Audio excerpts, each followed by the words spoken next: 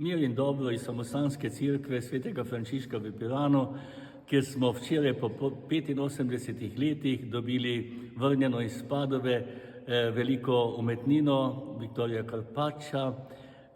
Marija na tronu z svetniki in z Jezusom v rokah. In vidimo na tej sliki Marijo v sredini, v rokah drži Jezuška, potem pa z leve strani sveti Frančišek Asiški, ki je tudi zavetnik samostana in cerkve, potem na desni strani pa sveti Anton Padovanski z lilijo. Tukaj svetega Antona zelo častimo, ima tudi nasproti slike, na drugi strani cerkve svoj oltar svetega Antona, potem pa seveda je predstavnica ženskega reda svetega Frančiška, to pomeni sveta Klara Asiška, in pa spodaj, čisto na desni, je pa sveti Jurij, zavetnik našega mesta Pirana. Potem pa na drugi strani od svetega Antona naprej sveti Peter in pa spodaj škof Ambrož.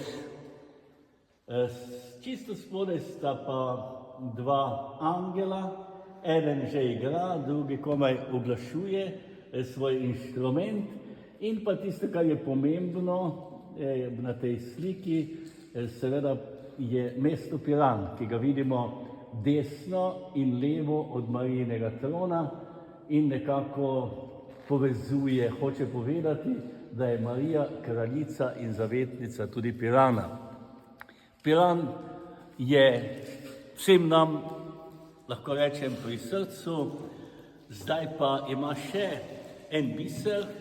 to je Carpacciova umetnina, za katero so rekli, da že takrat, ko je Carpaccio naslikal, da je to največji zaklad Pirana,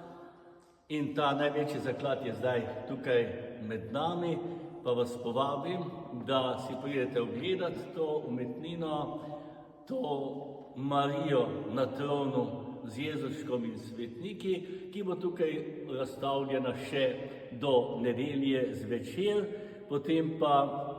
nadaljuje svojo pot v Restauratorski center Republike Slovenije,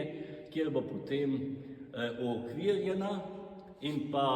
tukaj moramo še postoriti nekaj restauratorskih del na renesančni edikoli, potem pa tam nekje okrog božičnih praznikov pa bo zasijala v vsej svoji lepoti na svojem prvotnem mestu v renesančni edikoli. Takrat pa bo seveda tudi slovesno, bodo tudi blagoslovi, bo vse tisto, kar pritiče tako velikemu dogodku.